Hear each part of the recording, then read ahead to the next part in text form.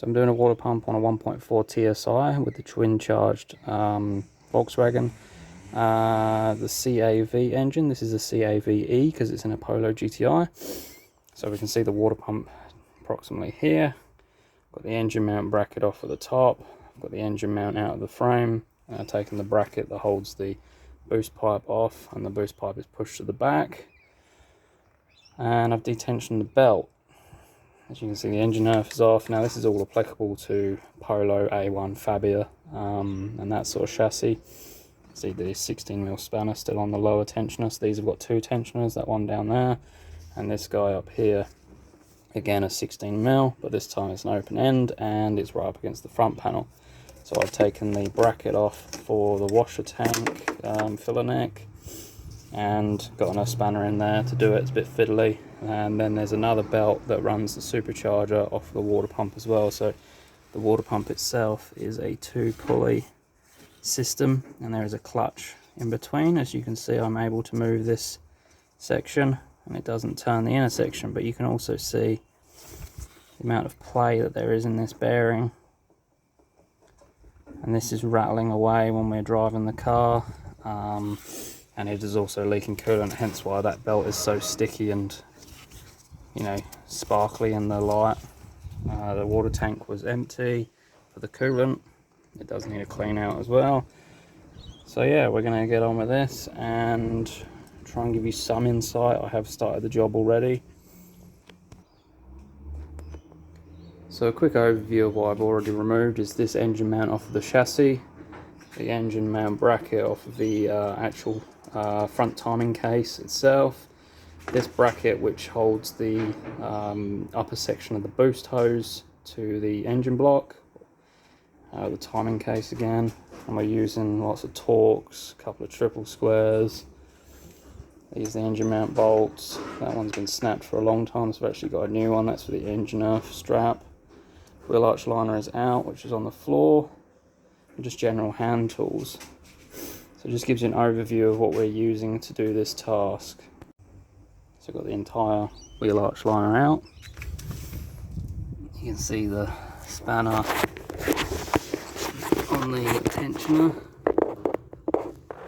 Got the lower bolts for the boost hose off, and the boost hose is loose at the front as well, so this is disconnected from the intercooler. Because we've got the engine mount off, I've got the engine sitting on trolley jack and a piece of wood just so we don't damage our sump. Boost hose is off at the front, and as you can see, that belt is just sitting in the breeze, so we're ready to take that off too. We've got the intake pipe from between the supercharger and the turbo off as well. That's just a few T30s. I've actually left the little hose on here for now at least. I've got a pin in our tensioner down here. I'm just using a small Allen key. You can use a drill bit, you can use a pin, whatever you want. It just saves you fighting the tensioner when you're trying to get it detensioned. So now I've got this bracket off the front here. This is where the bracket bolted on that holds this boost pipe. So this screw here, T30 again, there's 3 of them that hold this boost pipe. There's one here, one midway down that's about where my finger is, and then one down just below the crank pulley. So once that's done, I've unplugged this as well, this boost pressure sensor. I've pushed it back a little bit, but having this bracket off just means we can get the belt off of the actual water pump now. But we're still only early days into this job, because to remove this water pump we've got to get to the 3 bolts for it. We've also got to get the belt off, and to detension that belt there's a plastic cover that's over it, and that's over the back of the engine where the supercharger is, way down in here, and there's plastic clips that latch over the top of little, don't know how to explain it. You have to basically go in with a screwdriver and lift the clip up to be able to slide the cover off. Lots of people break them, not the right way. It's sound deadening for the supercharger. Do as you wish, but I don't break stuff on people's cars. I don't think that's the right thing to do. This is my car, but I also don't break stuff on my car. So yeah, as you can see, we could get to one of the bolts. There is 3 that hold them. I think there's another one tucked under here on my middle finger, so just below this bolt here. And then there's one underneath the water pump, which we'll probably access from underneath. But the main thing is we need to get this belt detensioned. So this clip on this plastic piece in the middle of the screen, it's hard for me to point at. There's 4 of these basically, 2 at the bottom, so there'll be one over here on the left somewhere. There. So these are the 2 at the bottom. 2 at the top, you're going to have to look with by braille or a mirror and a light. You want to get the top ones popped first. That's why there is a screwdriver there and there. Just holding them unlatched hopefully.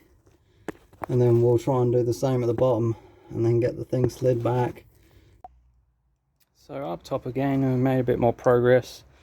I managed to get that cover off over the back of the supercharger. You can actually see the aluminium silver supercharger in there.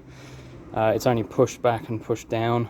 I found a certain spot where the engine is, where it's right up against, I can pull it on the trolley jack right up against the front panel. Got those clips as I showed with the screwdriver. I didn't break any of them. This is the 3rd or 4th time I think I've had this cover off, as I've done a timing chain on it. I've had the cylinder head off and done pistons on this thing. Typical 1.4, but it's my own, so I don't mind doing it. Well, I do mind doing it, but it gets done eventually. So yeah, where the biggest annoyance is either that cover, which this time it went okay. It's just trying to get it in the right place to move it down over this tensioner that's here for the supercharger belt. Once it's out of the way, I've managed to get it just past all the aircon lines and stuff, just to get it out the way of the tensioner. And then I managed to get down there, I don't know if I'm able to see, next to that Allen key. So I've actually locked the tensioner at the moment. So this square drive that we can see, an open end 16 fits onto it, and you can then pull it to the front of the car. I have removed brake booster pipe, so that hose there from the brake booster or brake servo, whichever country you're in and the way you say it. This pipe, I moved it out of the booster so then I could get the spanner, over here onto that square drive down there. And I just used a medium length 16mm, so that's probably, I don't know, 7 or 8 inches long, 15 centimeters, don't know. Anyway, so I used that, got that undone, and then I've put an Allen key. It's probably a 4mm, it's probably something random I found in the toolbox, and that is pinning the tensioner in the detensioned position. There is a hole, as you can see, the tip of the Allen key poking in. So that belt is now loose, but we still won't get it off until we unbolt the water pump. But we can see, I don't know if you can see that, I'm pushing on the belt and it's moving. It's hard to see. So I can move the belt now because it is detensioned, so we can just undo the... So what I was saying before is one of the pain in the butt is doing this is that rear cover, which wasn't too bad on this car time. The other case is if you remove this boost hose. So this time I decided not to remove it. This is the first time I've done it this way. Normally I remove the boost hose. I've actually undone the clamp, but they're always really tight up on the throttle valve here. I didn't even get to that point, and I just thought I'll see if I can work around it, just because I've not done it this way before. But to remove this from the car, I think you have to come up. I can't remember now. I'm pretty sure you come up. So if you're taking the timing cover off, you generally have to do that. But it looks like you could get away with it. I'm going to keep going and see if I can. But yeah, it kind of looks like you'd be able to get away with not taking this off. And this is, like I say, one of the biggest pains of this job. So if we can get this out of the way enough, I'm hoping I can get that water pump out. The only difficulty is we are limited with what we can jack the engine with, because down the back here we've got our plastic cover. So this guy here, all across the back, is our plastic cover, which should be sitting over our supercharger, which is this silver thing on the right. You can see all the soundproofing and stuff, and then the top of the tensioner. So that all covered by that plastic cover, and I've managed to get it back far enough and push it down past these aircon pipes we can see just below that booster hose. So that one there. So that's going to limit what I can do moving the engine wires. So you can see where that extension is. That's where one of the bolts is. So we can get a torch in there to shine on it. These are very tight engine bays on these. There you go, there's one T30 up in there. There's one just behind that belt there, so we'll just slide underneath the belt and we'll get onto that one. And then there's one underneath the water pump. So that there in the center of the screen is the last T30 bolt, just under that belt. So we're underneath the water pump now, looking under the chassis rail. So we've left that to be the last one, as you normally would, you know, so when you undo it, it's going to drop coolant all over us. It looks like we've had a good streak of coolant or oil or something staining down the block as well. So we're just at the crank pulley here. We'll just get that T30 and then get covered in coolant and move on to the next thing. So I've got that last bolt from underneath and haven't managed to soak myself just yet. It's still stuck to the block, so we'll see if this will tease it off. And we can all watch me spill it everywhere. Got a bucket underneath, but no doubt it will go wrong.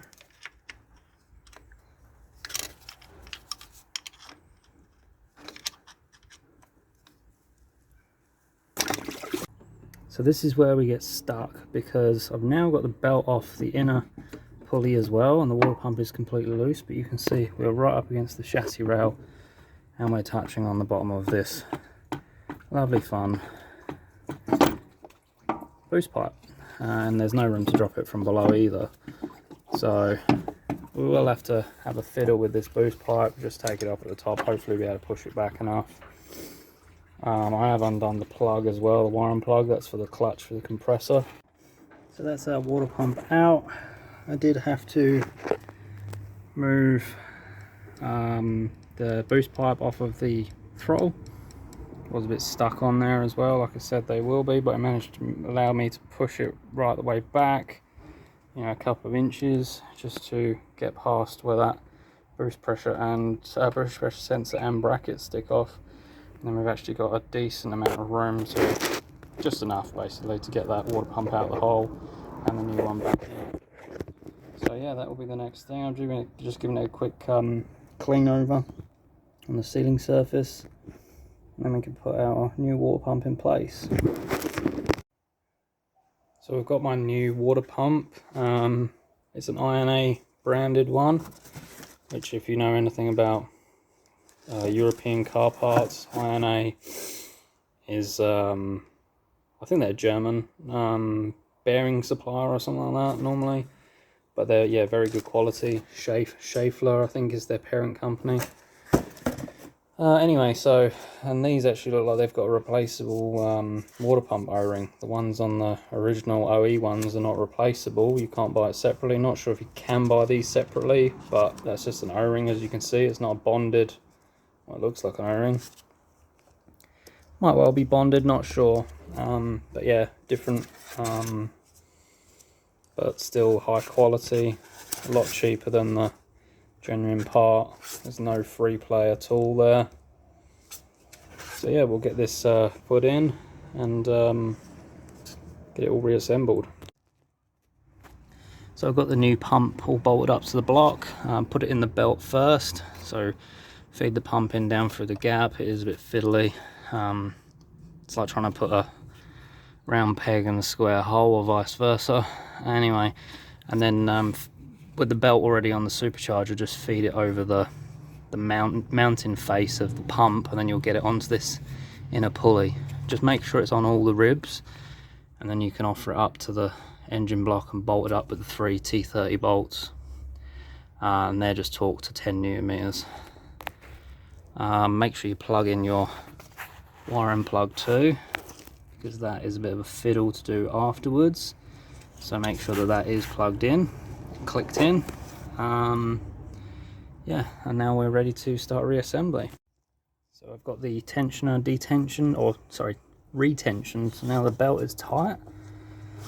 And again, just down the back, I've put my brake booster hose back into the booster, so then, because I didn't need it out of the way anymore, so that's where that 16mm spanner was going in. And when you're on the tensioner, you end up over here basically, so that's why I've had this hose out. So that's back in, don't forget that. I can probably put the boost hose back onto the throttle now, because the only reason I had that off at the top was for getting the water pump out of the hole, and we can put that plastic horrible cover on at the bottom as well. So I've chucked the main drive belt on now, so the drive for the water pump back on with the 2 tensioners tensioned, and I've got the cover over the back of the supercharger. I haven't quite clipped it on yet, so I'd advise looking with a mirror just to make sure you're lined up with the top clip points. The bottom ones are easy to see, as I showed you earlier in the video. The top ones, it's all looking with a mirror around the gearbox side of the engine. And then we'll get some bracketry on here. We'll get that bracket back on for the boost pipe to mount. Plug our boost sensor in, and then get our engine mount back on. So I've got the engine mount bolted back to the chassis, engine mount bracket back on top of that and into the timing cover. Got my engine earth cable and a new bolt, because my old one was partially broken off, seized. So yeah, that's done. I've just got to get a nut for that, and I've just got this intake boost pipe on as well. Just going to put the mount for that on and tighten this one. Got a vacuum pump plugged back in, that's for the brake booster, and the sensor for that plugged back in. That's just so then we could unroute the coolant pipe for the coolant tank when I had it chucked over the top here. Now I've removed that so we can wash the tank. Just there's sediment in it. So yeah, everything's routed back to where it should be, and just got to finish pushing that cover on that's over the back of the engine. So that's just a case of pushing it back on now, but I just, like I said before, want to make sure it is aligned rather than breaking off the tags. It's the last thing we want to do. We've got the wheel arch liner to go back in as well. We don't need to be back in there again, so that can go back in. Boost hoses are all tightened up, so I've tightened this clamp up here and the one down the bottom onto the intercooler. And that's pretty much it so far. So we're trucking along pretty well. So we're all built up and back together, and filled with coolant. Everything reassembled and rechecked and ready to run, and that's it. So that's it, all finished and up and running, ready to go again.